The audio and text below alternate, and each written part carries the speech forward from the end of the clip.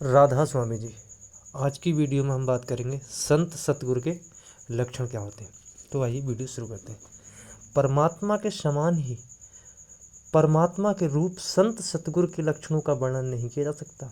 फिर भी तुलसीदास जी ने अपने आप को संतों का बालक मानकर उनकी वंदना करते हैं और उनसे प्रभु के चरण कमलों का प्रेम मांगते हुए उनके कुछ गुणों की ओर संकेत करते हैं। जैसा अंजलि में रखे हुए सुगंधित फूल दोनों ही हाथों को समान रूप से सुगंधित करते हैं, ठीक उसी प्रकार सरल हृदय और सच्चे परोपकारी संतजन भी मित्र और शत्रु का भेद नहीं करते, सबका समान रूप से कल्याण करते हैं।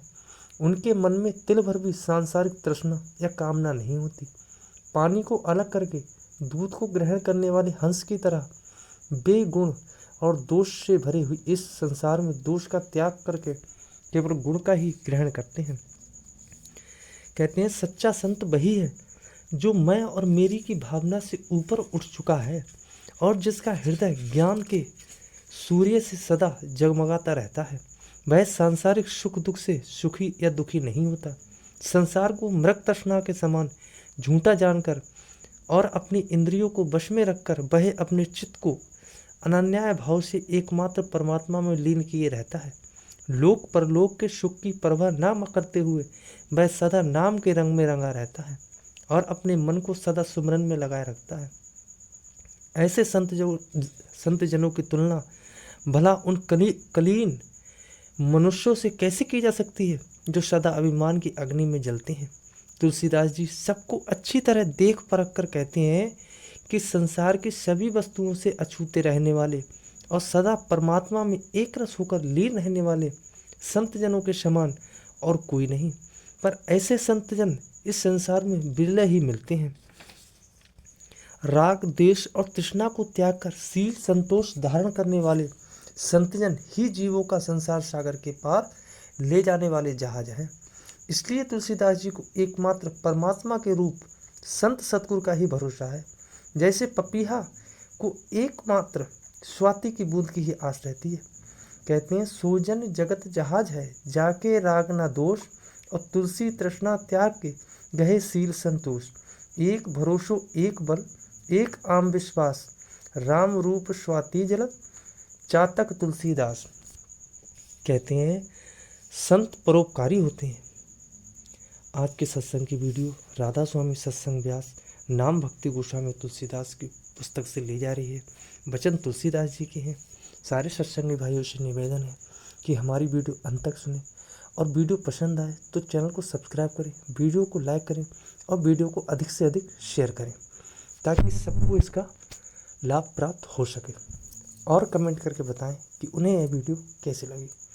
जिस प्रकार कपास का फल ऊपर से देखने में सूखा और नीरस होता है, उसी तरह संतजन भी बाहरी सांसारिक विषयों के प्रति शुष्क या नीरस दिखाई देते हैं।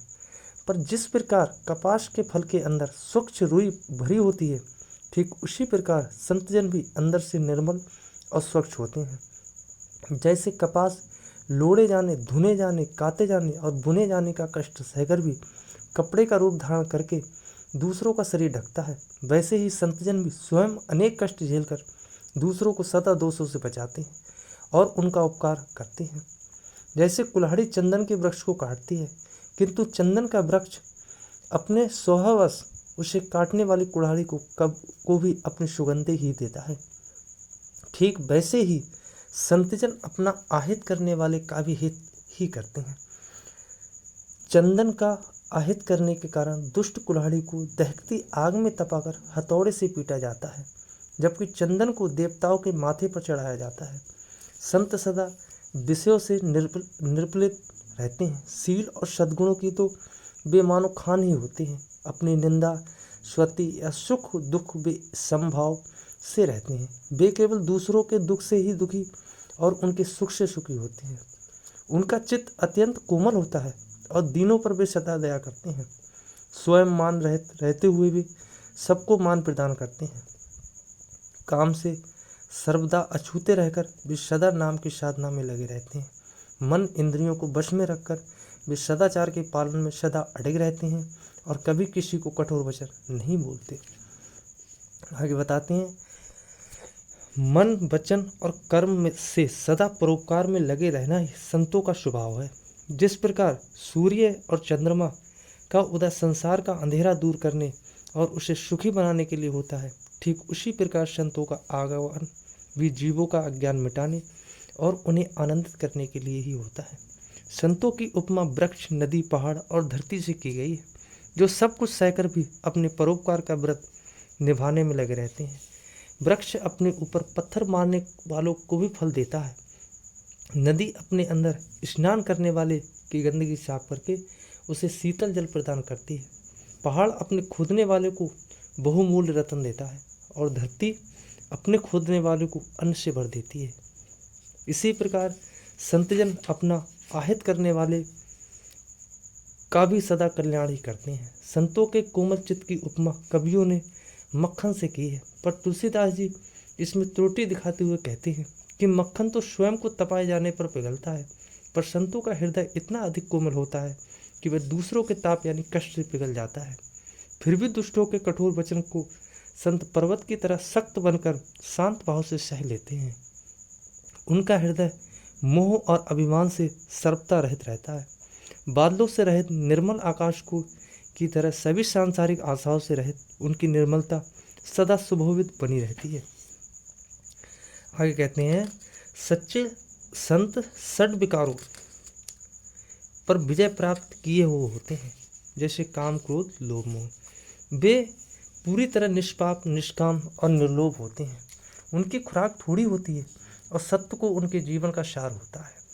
अपनी प्रशंसा सुनने में उन्हें संकोच होता है और दूसरों की प्रशंसा सुनकर वे बहुत अधिक प्रसन्न होते हैं। वे भूलकर भी कभी सदाचार का त्याग नहीं करते और श्रद्धा, दया, क्षमा, मैत्री, मुक्ता, विवेक, वैराग आदि सद्गुणों को सदा अपनाए रहते हैं। वे वेद, शास्त्र और भी सदग्रंथों को यथार्थ मर्म के ज्ञात होते हैं और इन सदग्रंथों का वास्तविक भेद केवल उन्हीं से खुल सकता है।